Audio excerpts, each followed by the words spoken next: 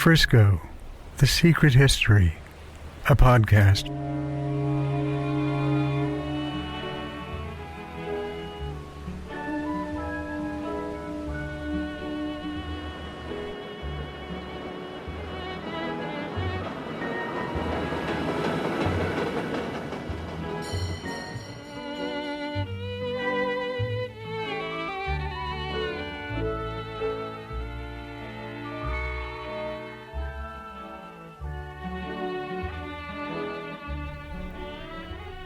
Welcome to the Secret History of Frisco podcast. I'm your host, Knox Bronson. We are going to revisit the question of Frisco today. Some people are quite passionate about it. This is the Call It Frisco Part 2 episode. Ever since I got sober many years ago, I have liked to joke that I spent much of my life shooting the dart into the beehive just to see what would happen. And that since getting sober, I've gotten a lot further away from the beehive. But because I am sober, my aim is so much better now. I knew that naming the podcast The Secret History of Frisco would ruffle some feathers, but I was unprepared for the vehemence of the anti-Frisco brigade. I posted a link to our first episode.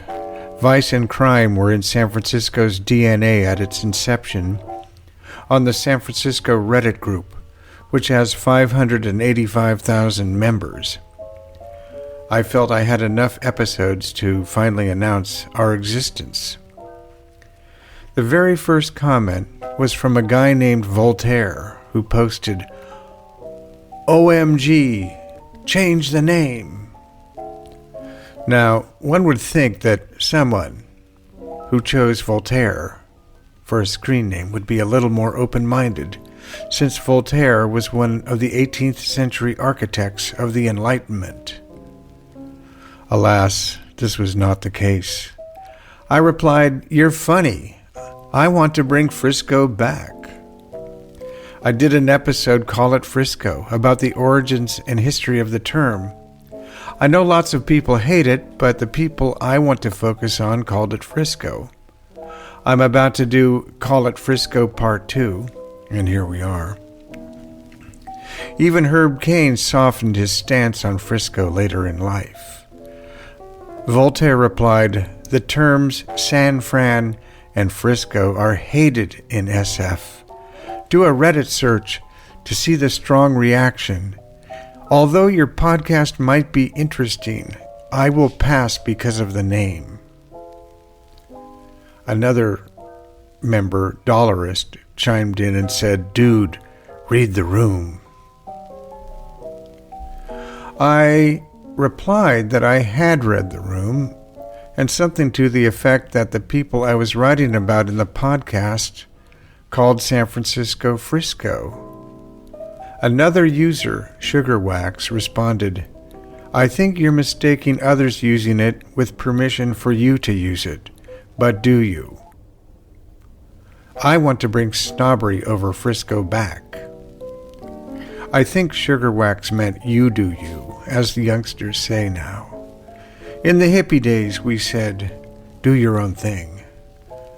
But I'm very happy Sugar Wax was forthright about bringing snobbery over Frisco back.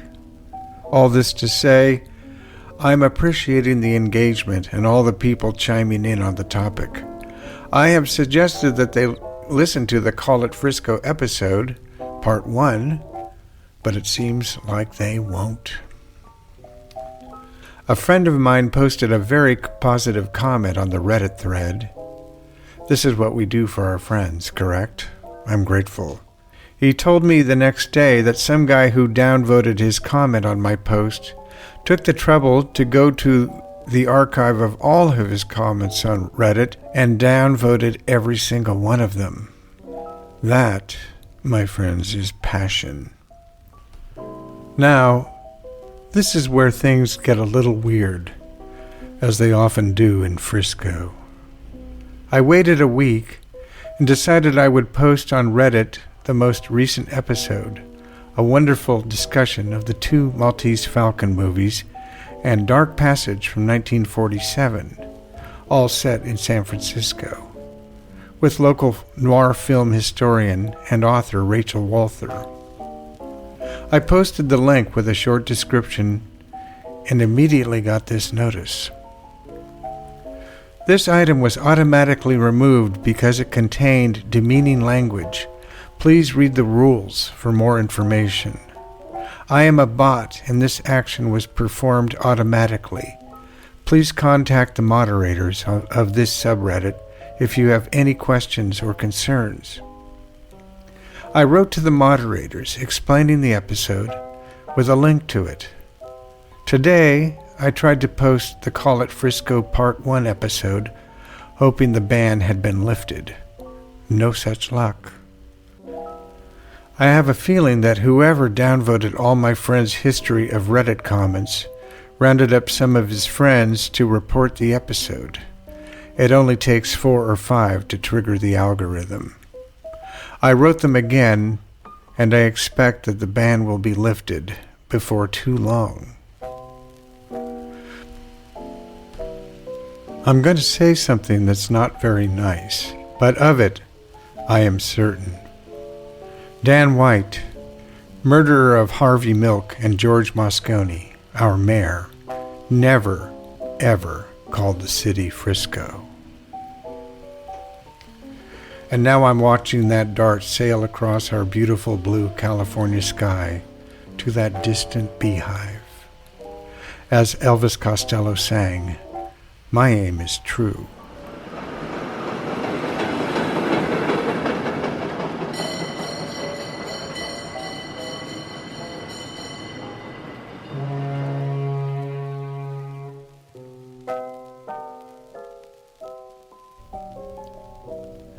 In my very first episode of the Secret History of Frisco, I touched on the Frisco question and included a snippet of a song from Dick Holdstock's wonderful album, San Francisco Shanties of the Gold Rush. I did this because all of the songs referred to the city as Frisco. I included another excerpt from a different song in the Call It Frisco episode, the first one. I want to share my favorite song from the album here. Well, at least a little bit of it. I'll have a link to it on YouTube in the show notes. It's called Whiskey Johnny, and it tells the same story about the dangers of drinking rum and whiskey in Frisco and how you better watch out for Shanghai Brown. Now, if ever you go to Frisco town, Whiskey Johnny, mind you steer clear of Shanghai Brown. whiskey for me Johnny-O. He'll dope your whiskey night and morn, Whiskey Johnny, and then Shanghai you round Cape Horn. whiskey for me Johnny-O. 2 months' wages they are dead, Whiskey Johnny, and the donkey's breakfast for your bed. whiskey for me Johnny-O. Oh, Shanghai Brown and Larry Ma, Whiskey Johnny, their names are known both near and far. whiskey for me Johnny. If you haven't listened to that first Call It Frisco episode, I strongly recommend it. Emperor Norton is featured in it. In 1872, the good Emperor Norton issued a proclamation about the use of the term Frisco, which was duly reported in all the local newspapers. It read, "Whoever, after due and proper warning, shall be heard to utter the abominable word Frisco, which has no linguistic or other warrant, shall be deemed guilty of a high misdemeanor, and shall pay into the imperial treasury, as penalty, the sum of $25.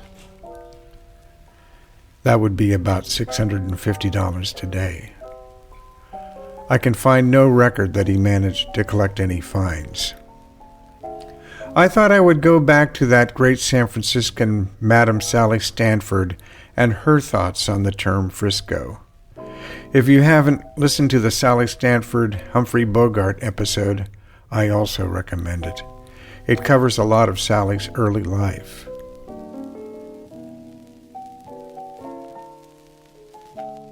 I want to read the first few pages of Chapter 3 from Sally's autobiography, The Lady of the House, ghostwritten by Bob Patterson, a.k.a. Freddie Francisco. Sally had very strong convictions about calling the city Frisco, and I'm sure you can guess that she was on the other side of the fence from Emperor Norton. Before we read Sally's dictum, I want to introduce a couple other legendary San Franciscans to whom Sally refers in Chapter 3. Foghorn Murphy was an Irishman well known in both Los Angeles and his hometown of San Francisco. At different times he was a wholesale liquor dealer, a politician, and a radio announcer. He was also a ballyhoo specialist, which is where he became known as Foghorn Murphy. What is a ballyhoo specialist, you ask? In baseball regalia, equipped with a megaphone and astride a horse, he would ride up and down Market Street anytime there was a ball game scheduled, yelling about that day's game. He was at times involved in questionable business dealings. On more than one occasion, he fled with his wife Jean to Idaho to lay low while people tied to organized crime searched for him. Foghorn was mentioned in the book TNT, The Power Within You by Claude Bristol and Harold Sherman, published in 1957, where they told this story.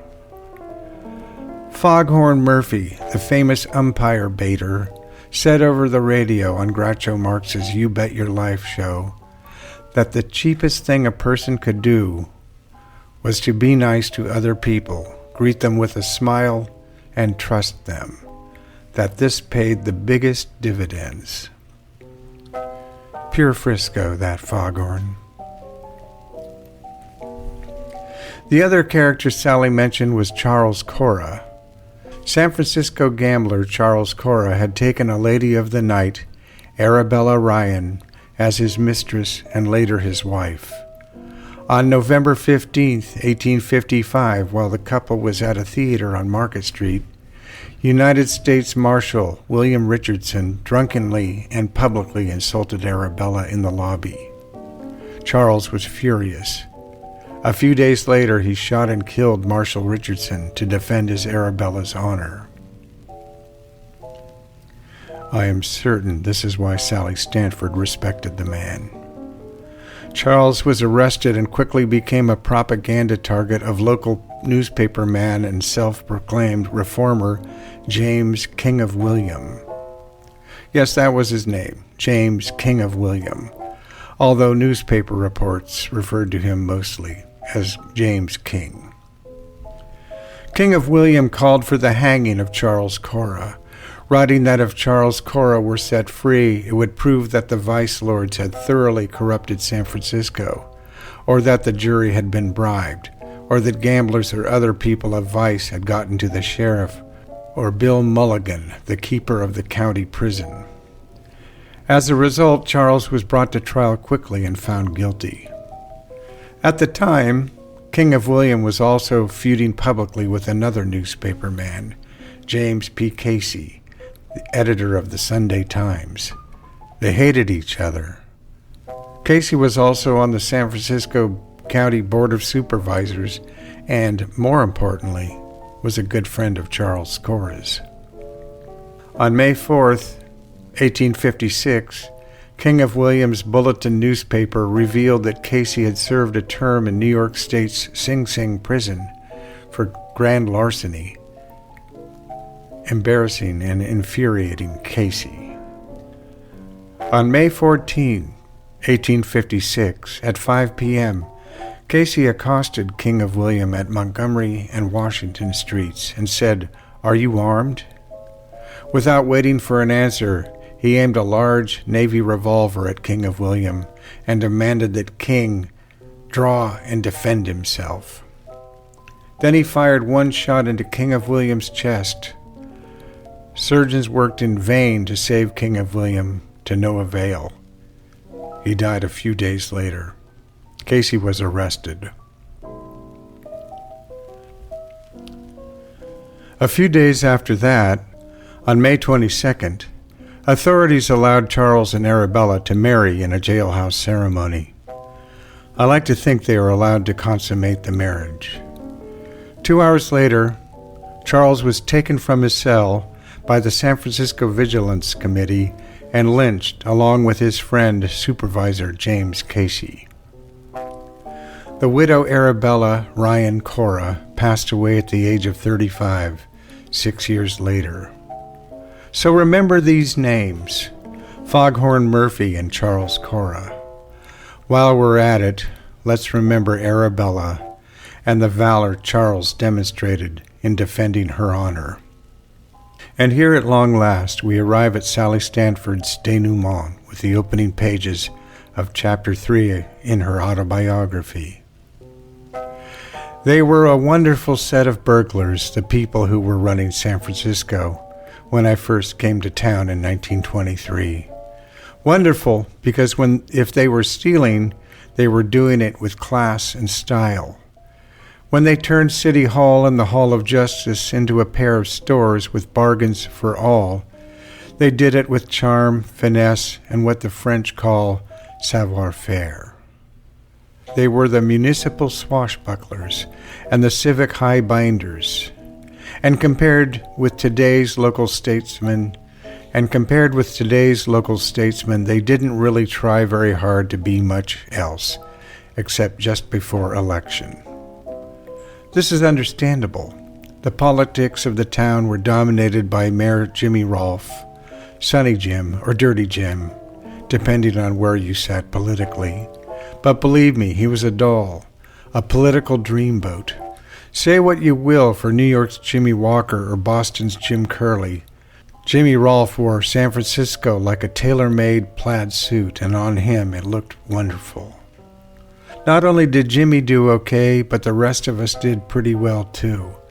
For if there ever was a live and let live type, it was Mayor Rolfe of San Francisco.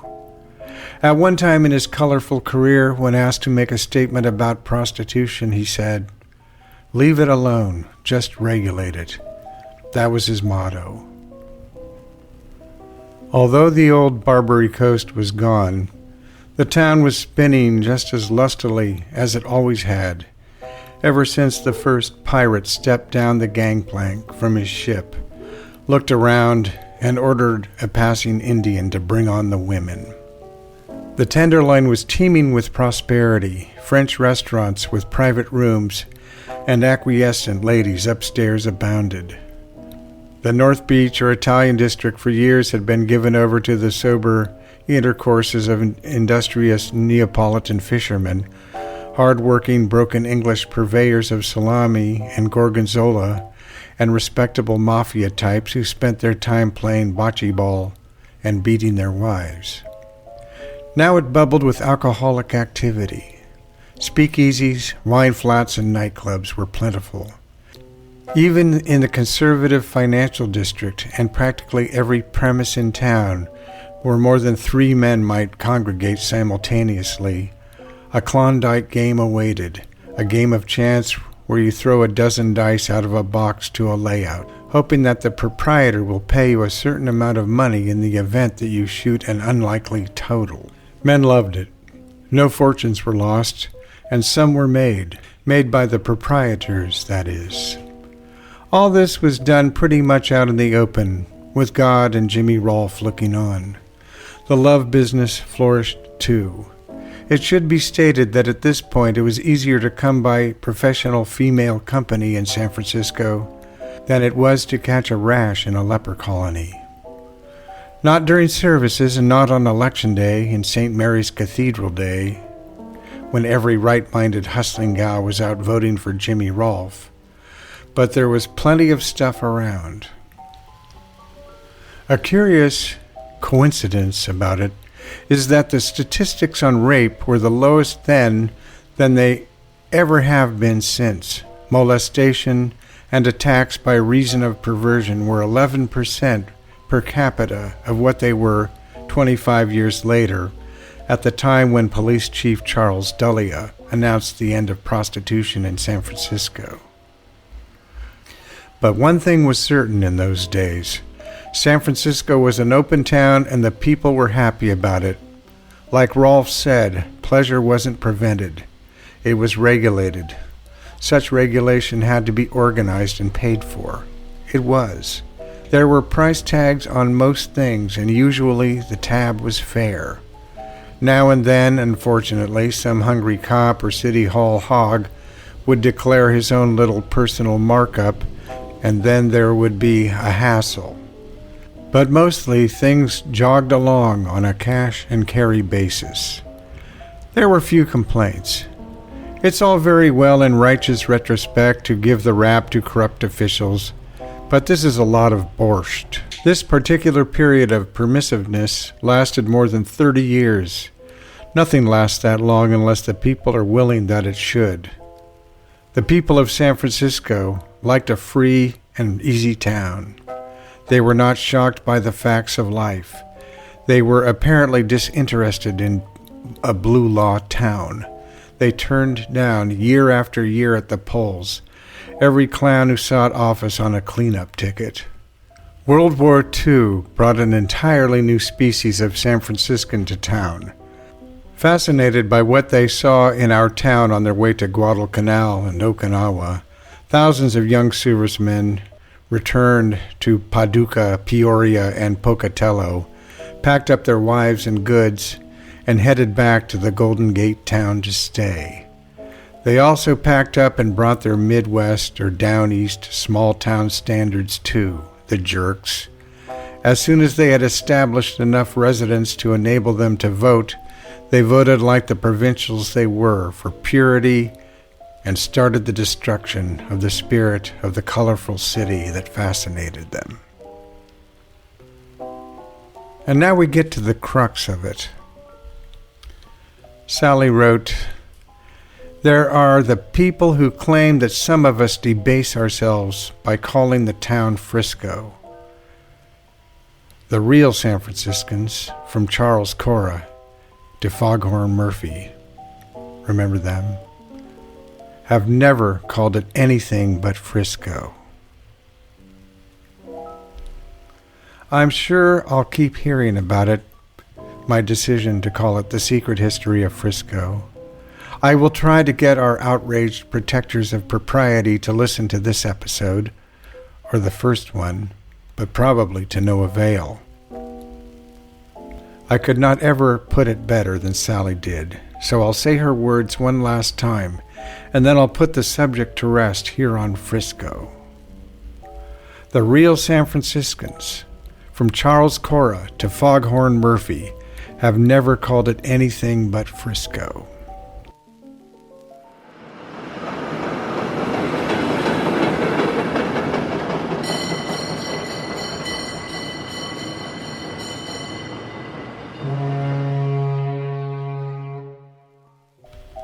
The Secret History of Frisco is a listener-supported podcast.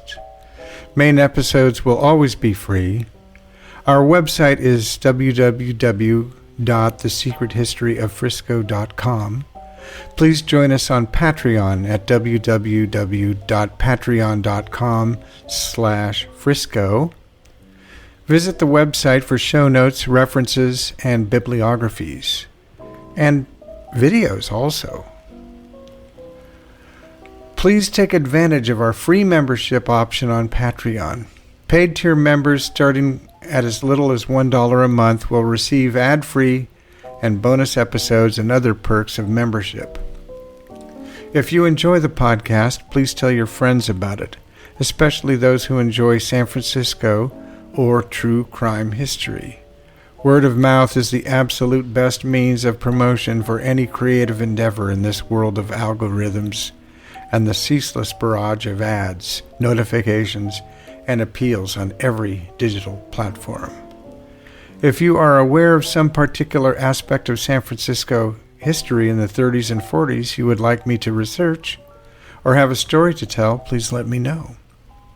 If you are an expert in some aspect of that same era and would like to share that expertise on the podcast, also please let me know. Once again, I'm your host, Knox Bronson. Thank you for listening. Until next time, please get a little crazy and call it Frisco.